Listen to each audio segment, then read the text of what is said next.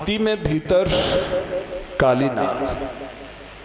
तो भक्ति करना अच्छी चीज है, लेकिन भक्ति करते करते हम किसी चीज पर अधिकार मानने लगते हैं और किसी चीज के अधिकार को लेकर अहंकार करने लगते हैं। ये अधिकार पूर्वक जो अहंकार है ये भक्ति को बर्बाद कर देता है, भक्ति को खा जाता है। या यहाँ से लें, जैसे माँ होती है, माँ अपने बच्चे का पालन पोषण बड़े प्यार से करती है और इतना प्यार करती है कि खुद को परेशान करके, खुद को दुखी करके अब बच्चे का पालन पोषण करती है। धीरे धीरे बच्चा बड़ा हो जाता है तो माँ ने जो अपने बच्चे को प्यार दिया था भक्ति पूर्वक, प्यार पूर्वक, उस पर अधिकार करके, गुरूर करके, अहंकार करके बच्चे की जिंदगी से खेलने लगती है, बच्चे की जिंदगी को बर्बाद करने लगती है, बच्चे की जिंदगी को चूसने लगती है। तो मम्मी उस समय पर खतरनाक सांप से कम नहीं होती है। लेकिन हमने जिसको लिए जो प्यार किया है, भक्ति करिए, उस पर अधिकार को छोड़ दें तो फिर वो प्यार बन जाता है, वो एक बहुत पवित्र बंधन बन जाता है। और यहाँ काली नाग भगवान से क्षमा मांग रहा है, उसकी पत्नियां क्षमा मांग रही हैं। भगवान कह रहे हैं कि मैं ये बता तू यहाँ आयो कैसे? ये सौबरी ऋषि को आश्रम है, ऋषि मुनि के आश्रम पर रह हो जाए ना तो सेवा करवे बारे रहें, और तू यहाँ सेवा और श्रद्धालु को खावे, लूटे, मारे, ये आते तो दंड को पात्र है। तीर्थ में आप जाते हैं अच्छी बात है, लेकिन जिस तीर्थ में जा रहे हैं वहाँ जिस तीर्थ के रहने वाले लोग हैं उनसे सावधान रहना। आश्रम पर रहने वाले लोग साधु महात्मा हैं, भेष में हैं, ये सदैव नहीं मिलेंगे, गड़बड़ सड़बड़ मिलेंगे। जिसको भजन करना है वो आश्रम पर क्यों रहेगा? जिसको ध्यान करना है आश्रम पे क्यों रहेगा? क्योंकि आश्रम पे तो मटर गश्ती होती है और धंधा होता है। आश्रम पे भजन कोई नहीं होता।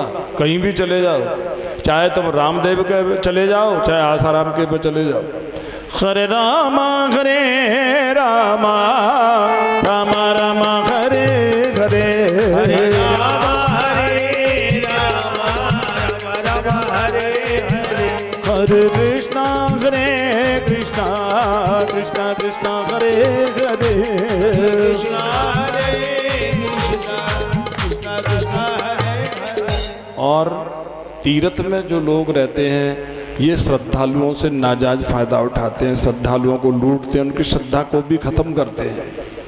मंदिर पर जो किसी की जंजीर कटती है तो मंदिर के पंडा को पकड़ ले, पुजारी को पकड़ ले, जंजीर मिल जाएगी। किसी की जेब कट गई है तो मंदिर की जो कमेटी के लोग हैं उनको नाम रिपोर्ट कर दे। लेकिन इनके सैकड़ों फन हैं, सैकड़ों चमकीली मड़ियाँ, इनके बहुत लंबी जुगाड़ होती है पंडे पुजारियों की। यहाँ के चेयरमैन से होगी, जिला प्रमुख से होगी, एमएलए से होगी, एमपी से होगी, मंत्री से होगी, सीएम से होगी, पीएम से होगी, राष्ट्रपति से होगी, सीधी जुगाड़ होती है इनकी। इसलिए जितनी भी चोरियां आश्रम पे और तीर्थ में होती हैं सब यही करवाते हैं। मुड़िया पूनों पे गोवर्धन की चोरी का ठेका उड़ता करोड़ों रुपए का। सुना है तुमने अखबार में?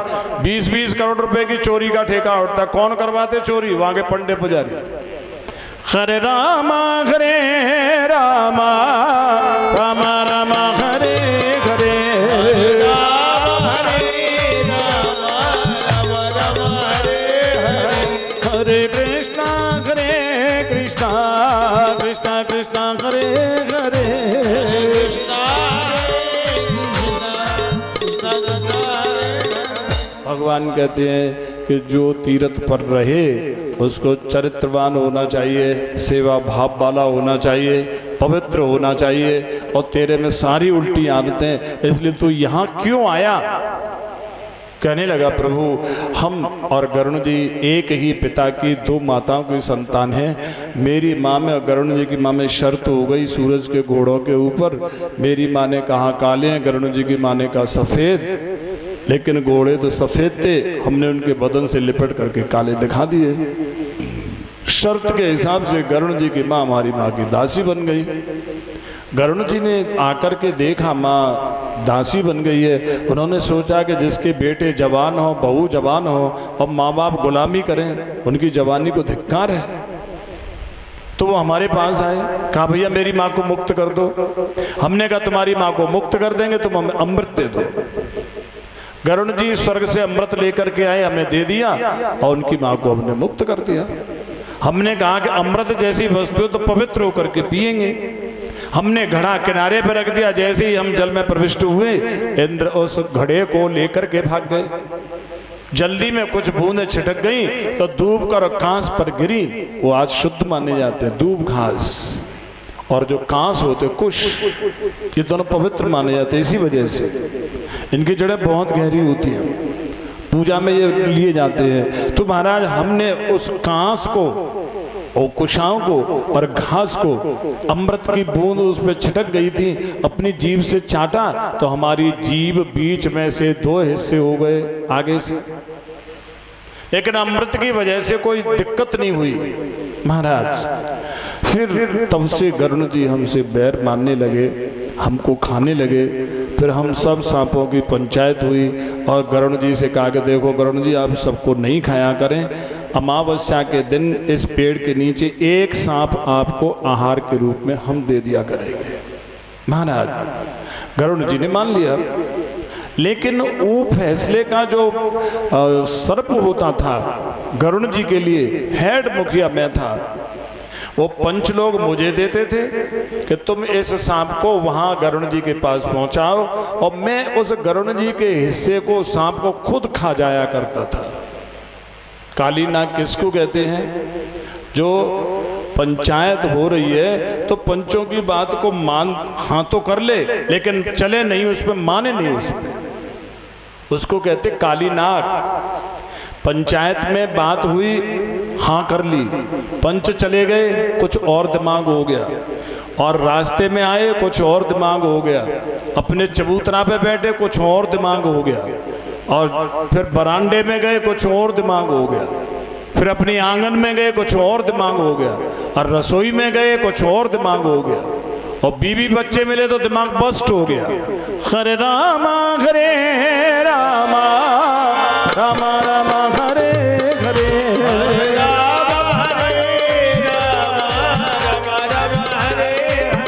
हरे कृष्णा कृष्णा कृष्णा कृष्णा हरे हरे।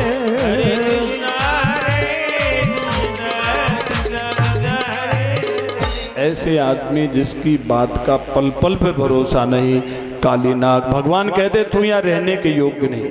महाराज फिर गरुड़ जी का मुझसे भयंकर युद्ध हुआ, और नारद जी ने मेरे ऊपर रहम करके कहा कि तू सौबरी ऋषि के आश्रम पर चला जा यमुना जी पे, वहाँ गरुड़ जी को श्राप लगा है, क्योंकि वो मछलियाँ खाते थे। सौबरी ऋषि ने मना किया, गरुड़ जी नहीं माने, उन्होंने श्राप दिया कि आप यहाँ आएंगे तो आपके सिर और जीवन नहीं रहेगा। बहुत सुंदर कथा है। गरुड़ कौन है? पक्षी। पक्षी माने जिसके 2 पंख होते हैं, 2 पक्ष होते हैं, खा और क्षा एक ही है, 2 पक्ष जिसके हैं, तो वेद को गरुड़ कहते हैं। एक पूर्व पक्ष कर्म कांड का प्रवृत्ति, एक उत्तर पक्ष ज्ञान कांड का निवृत्ति। निवृत्ति पक्ष, प्रवृत्ति पक्ष, कर्म पक्ष, ज्ञान पक्ष, ये 2 पक्ष जिसके होते हैं उस पक्षी विशेष को गरुड़ कहते हैं, वेद कहते हैं। वेद का सिद्धांत साधुओं के यहाँ नहीं चलता, साधुओं के अनुभव किए हुए जो बातें होती हैं वो वेद के बराबर प्रमाणिक मानी जाती है। आप तो पुरुषों की जो वाणी है वो प्रमाणिक मानी जाती है, संतों की वाणी प्रमाणिक मानी जाती है, वेदों की और संतों की दोनों की। मोरे मन प्रभु अस विश्वास,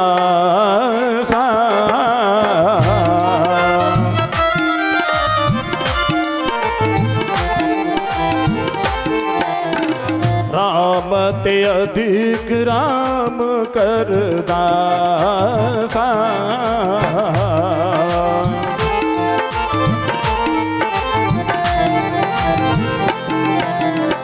मोर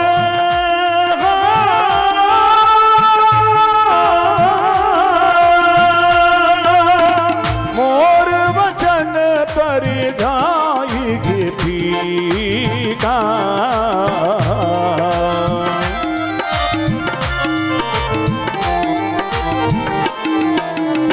संत पत्थर की लीका,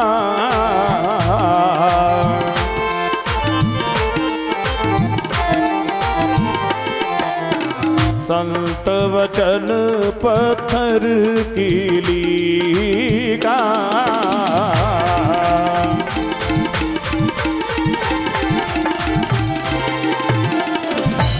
मोर माने वेद की बात सच हो या नहीं हो, लेकिन संत की वाणी हमेशा सत्य होती है। एक करपात्री जी महाराज थे, अभी उनका शरीर पूरा हुआ 30-35 साल पहले। अच्छे सन्यासी थे, शंकराचार्य जी भी उनके लिए बराबर का सम्मान करते थे। करपात्री जी सत्संग में जो बात कह देते थे वो सत्य होती थी। कई बार ऐसा हुआ कि उन्होंने ऐसी बात कह दी जो शायद शास्त्रों में नहीं थी, और विद्वान कहते हैं कि भाई शास्त्रों का प्रमाण दो। तो करपात्री जी ने कई बार कहा कि उस शास्त्र में देखिए, उस शास्त्र में वो बात हो या नहीं हो, लेकिन जब करपात्री जी शास्त्र को खुलवा करके दिखवा रहे हैं तो उस शास्त्र में उस समय पर वो बात लिखी हुई मिलती थी। पहले और पीछे रहे चाहे नहीं रहे, वो उस टाइम पे जरूर होती थी। तो इससे ये बात प्रमाणित है कि भगवान अपनी बात को छोड़कर संतों से बेहद सम्मान करते हैं। हरे रामा रामा रामा रामा हरे हरे,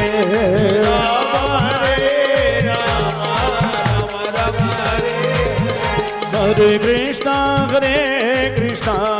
कृष्णा कृष्णा हरे हरे,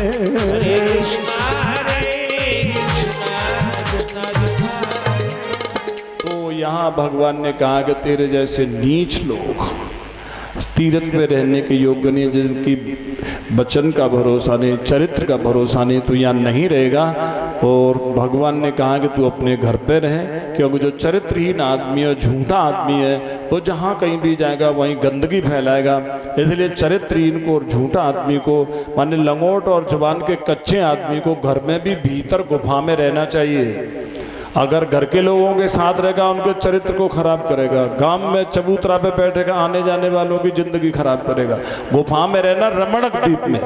हर हर महादेव शंभो काशी विश्वनाथ गंगे, हर हर महादेव शंभो काशी विश्वनाथ गंगे, हर हर महादेव शंभो काशी विश्वनाथ गंगे, हर हर महादेव शंभो काशी विश्वनाथ गंगे, काशी विश्वनाथ गंगे, काशी अमरनाथ गंगे, काशी विश्वनाथ गंगे, काशी अमरनाथ गंगे, हर हर महादेव शंभो काशी विश्वनाथ गंगे, हर हर महादेव शंभो काशी विश्वनाथ। बोलिए शंकर भगवान की। तदैव साम्रजना यमुना निर्विशा भवत अनुग्रह से स्वस्ति वाचन कराया। देखिए, हम जिस घर में विद्वान ब्राह्मण साधु इनका सम्मान होता है और विद्वान ब्राह्मणों के साधुओं के द्वारा हवन इत्यादि होते हैं, उस घर का वातावरण, उस घर के बच्चों के संस्कार शुद्ध बने रहते हैं। इसलिए ये साधु और विद्वान ब्राह्मणों का घर में संबंध रखना बहुत आवश्यक है, क्योंकि बच्चों के अंदर संस्कार खत्म हो गए हैं। तुमने सुनी थी कल कथा पूतना की। एक पूतना ने पूरे ब्रज को बर्बाद कर दिया था, और अब तो घर घर में एक घर में कई पूतनाएं। जो टीबी है ना, टीबी, ये पूतना से कम नहीं है। ये सिवाय बच्चों के दिमाग में जहर माने को संस्कार, बुरे संस्कार, मम्मी को फॉलो करता है, पापा की खुद की तो कोई इंटरेस्ट है ही नहीं, खुद की तो कोई चॉइस है ही नहीं। मम्मी जरा सी आंख टेढ़ी करी और पापा की बोलती बंद हो जाती है। और मम्मी कभी अच्छी चीज टीवी पे देखना पसंद ही नहीं, सपने भी देखती है तो मम्मी बिल्कुल गंदे देखती है। हरे रामा रामा रामा रामा हरे हरे,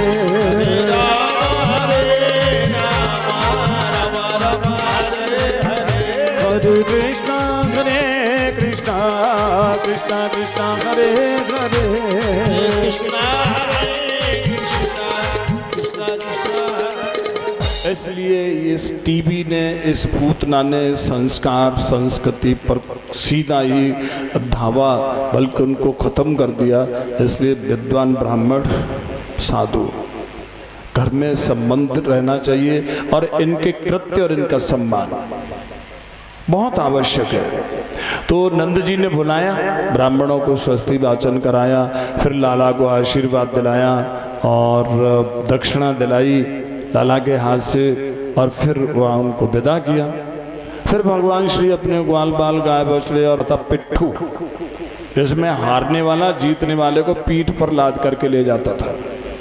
तो प्रलंबासुर भगवान कृष्ण की तरफ हो गया, भगवान कृष्ण की फारी हारती थी। वो घर बुला करके आपने जो यज्ञ कराया, हवन कराया, कथा करवाई, उनको दान दिया, दक्षिणा दिया। प्रलंब नहीं करना चाहिए, उसकी दूसरों से प्रशंसा नहीं करनी चाहिए।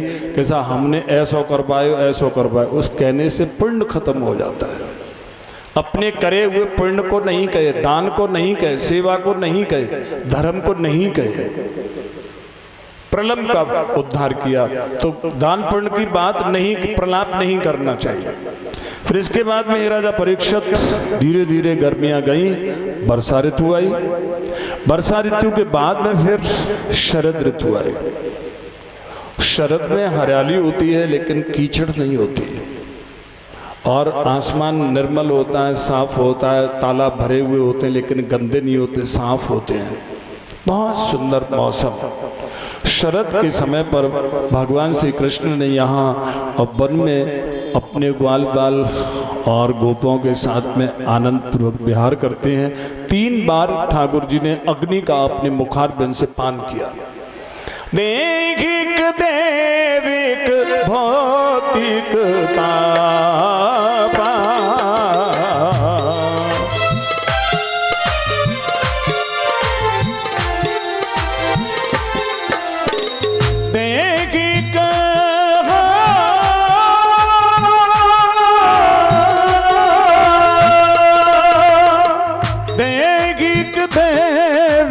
भौतिक तापा,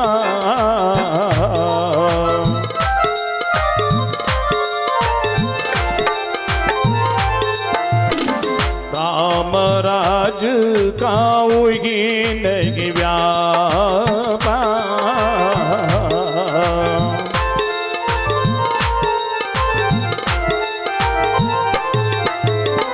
राम राज काऊ ही नहीं व्यापा।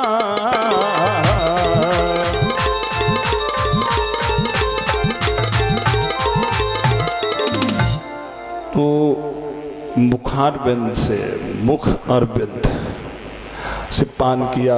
माने ये 3 तरह के जो ताप होते हैं, दैहिक दैविक और भौतिक, जिनसे हमारा मन प्राण और शरीर दुखी रहता है, ये सब तरह के दुख देने वाले, ताप देने वाले जो कलेश हैं, ये मुखार बिंद का ध्यान करने से शांत होते, बाकी और कोई रास्ता नहीं। इसलिए ध्यान जरूर करना चाहिए। बुद्धि की जो खुराक है वो ध्यान है केवल, और कोई बुद्धि की खुराक नहीं है। आप गीता पढ़ो, रामायण पढ़ो, जो कुछ भी पढ़ो, ये अहंकार की खुराक है। आपने एक चौपाई का अर्थ जान लिया तो आप में बुद्धि नहीं आएगी, ऐंठ आएगी।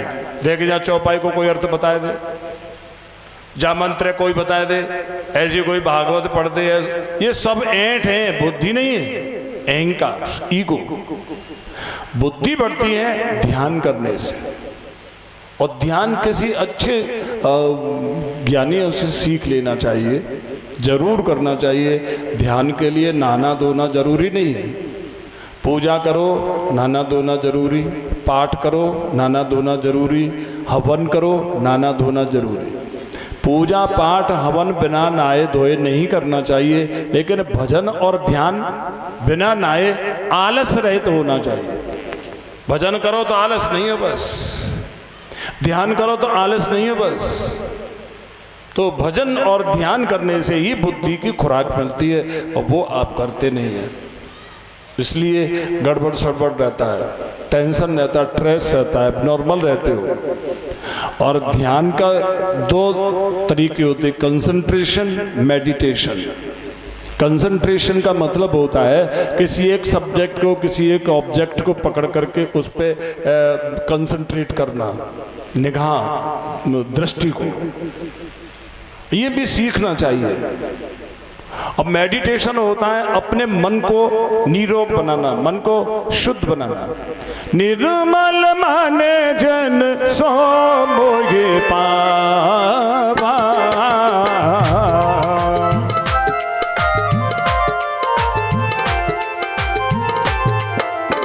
निर्मल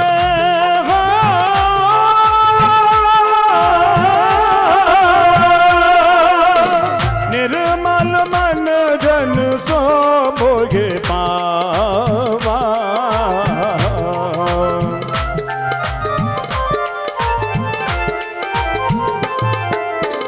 मोहे कपट छल छिद्र न भावा,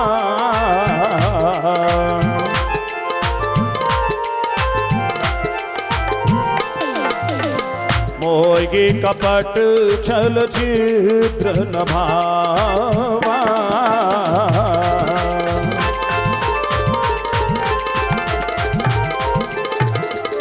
तो अगर आप कंसंट्रेशन करते हैं तो उसका भी आपको परहेज पूरा डिटेल जानना चाहिए, क्योंकि कंसंट्रेशन करे और आदमी उसका परहेज और इसकी रिक्वायरमेंट का ज्ञान नहीं हो तो आदमी अंधा हो सकता है। हम जब योगाभ्यास करते तो उस ज़माने में एक लड़का था और उसकी आंखों की रोशनी करीब करीब चली गई थी, बुझ गई थी। वो कंसंट्रेशन करता था, त्राटक जिसको कहते हैं। तो फिर हमने वहाँ बैठकर, उस ज़माने में महेश योगी जी योग सिखाते थे हरिद्वार में, उनका 84 गुफा नाम से आज भी आश्रम है। तो वहाँ पे ब्रह्मचारी लोग मिलते थे, वहाँ हम सब ने बात करी और सीरियसली वहाँ की आचार्य भी जो हमको योग सिखाते थे उनसे भी डिटेल से। तो इसका अर्थ ये है कि आप अगर कंसंट्रेशन करते हैं, यूं ही नहीं करें, अच्छी बात है आपकी लगन है, लेकिन सीरियसली उसको आप पूरी डिटेल जान करके तब करें। और मेडिटेशन के लिए कोई अच्छे सदगुरु के द्वारा ही सीखा हुआ करें। अगर आप किसी अधकचरे से मेडिटेशन सीख करके करते हैं तो साइकोलॉजिकली आप बीट भी हो सकते हैं। हरे रामा रामा रामा रामा हरे हरे, हरे रामा रामा रामा हरे हरे कृष्णा कृष्णा कृष्णा कृष्णा हरे हरे, कृष्णा हरे कृष्णा कृष्णा कृष्णा। तो मुखार वेद, ध्यान और भजन, इससे बुद्धि शांत और मजबूत बनती है। फिर इसके बाद में वेणु गीत हुआ। जब बुद्धि हमारी सही होगी, वेणु चैन की बंशी। और ये जो वेणु गीत है शरद ऋतु का है। भगवान श्री कृष्ण गाल बाल गाय बछड़े भैया को लेकर के एक वन में प्रविष्ट हो रहे हैं। तो गोपियाँ अपने अपने घरों में, विचित्र गीत है ये। भगवान है वन में और गोपियाँ हैं घर में, लेकिन भगवान वन में जो कुछ कर रहे हैं गोपियों को घर में दिख रहा है। बरहा पीड़म नटवर वपो कर्ण्यो कर्णिकारम बिभ्रद वास कनक कपशम वैजयंतीं च मालाम रंध्रान वेणोर्धर सुधिया पूर्यन गोप वृंदैर वृंदारण्यम सपदरमणम प्रावशद गीत कीर्ति हो। बोलिए श्री वृंदावन बिहारी लाल की।